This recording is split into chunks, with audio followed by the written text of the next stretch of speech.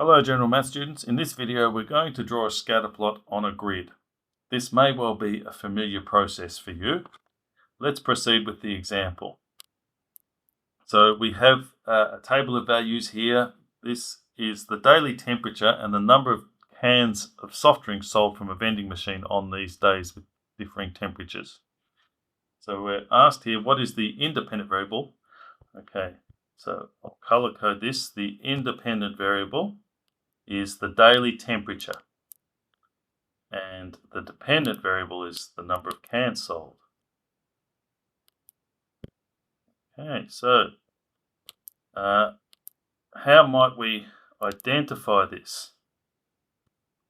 Well, there's a couple of different tricks we can use, a couple of different techniques for telling which one's which.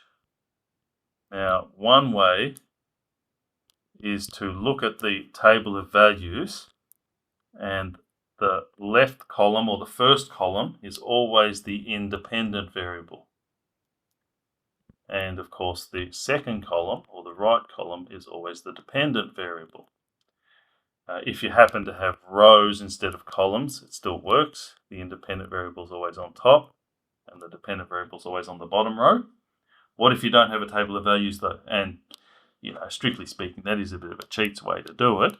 Well, the independent variable is also called the control variable.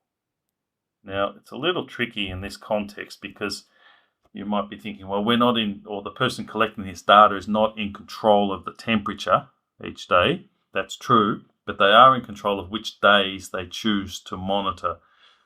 So technically speaking, that is the control variable, because the person who's collecting this data controls which day they choose. So they could choose days with different temperatures on purpose to see what the temperature is that day and choose that day and then count the number of cans sold. And another way to do it, which is a good way, is to ask the question, does the daily temperature depend on the number of cans sold, or does the number of cans sold depend on the daily temperature? And clearly it's the latter. The number of cans sold depends on how hot it is that day. The hotter the day, the more thirsty people are, and so they'll buy more cans of soft drink. Okay, so that's how we can identify which variable is which. That's important because we must have the correct variable on the correct axis for our scatter plot. Right, so let's move on to the scatter plot. Now, the independent variable must go on the x-axis, the horizontal axis down here. I'm going to label that axis. We must label our axes. And the dependent variable must go on the y-axis, the vertical axis.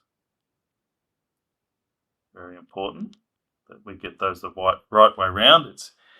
We can't just go willy-nilly with that. Okay, so we've labelled our axes. We must do that. Now we need to scale the axes. So the largest value for the daily temperature is 27.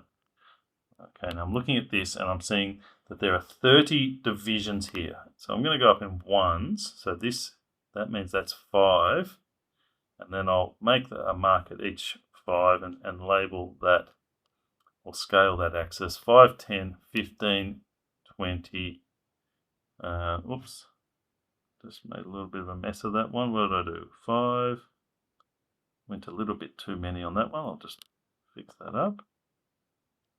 Okay, so you've got to make sure that you cover, or you go from the smallest to the largest value in your data set. So if we go up like this, then we get to 30, right? And that's above 27. So we've got the range of data values that we require. So scaling axes can be a little tricky. Can take a bit of practice. Okay, now the largest number of cans sold is 130. So we've got to make sure this axis goes up above 130 for the scale. Now, there's 30 divisions there. So if I'm looking at this and I'm thinking, okay, if I go up 1, 2, 3, 4, 5. So if I go up in 5s, that would be 25. There, each division's worth 5, so 5 5s are 25. And if we continue like that, then we get a 50 here, and we'll get to 75, 100, 125, and finally we'll finish at 150, which is above 130. So we'll have all our values covered there. So one method, might be to take the number of divisions and divide by the number you want to get above, or just some experience with scaling axes, some practice. You can use broken axes. You don't have to start at 0 like I have in this example, but I tend to start my axes at 0 every time. But maybe you've got some negative numbers, although in this topic we rarely deal with negative values for our scatter plots. Although when we move into other types of plots, we may need to deal with negative numbers or negative values. Right, so I'm going to plot one of the points for you and then get you to do the rest. So the first point here is 20 and 82. So that means that at 20 degrees, the temperature, the number of cans sold, so the 20 degrees, the number of cans sold, that's 75, that's 80, 82, about there. Now this is not a very precise grid. So no need to stress too much about how precise the points are. If you do them big enough, you'll cover the spot that you need to cover. So that's fine, like this. And I'll just label that one. That's 20 and 82.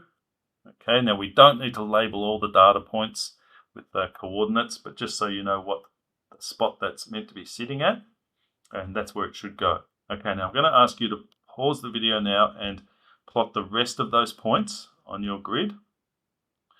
And then I'll show you the finished product. So go ahead and do that now. Okay, so I'm going to show you the finished product. Here's one I prepared earlier. Okay, there it is. So we must ensure that we have labeled the axes. So we've done that, and we must scale the axes appropriately.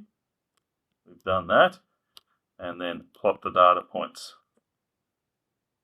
And that's been done there. Make sure you do that for each and every scatter plot you do. Okay, so go ahead and let's draw some scatter plots on some grids. Thanks for watching.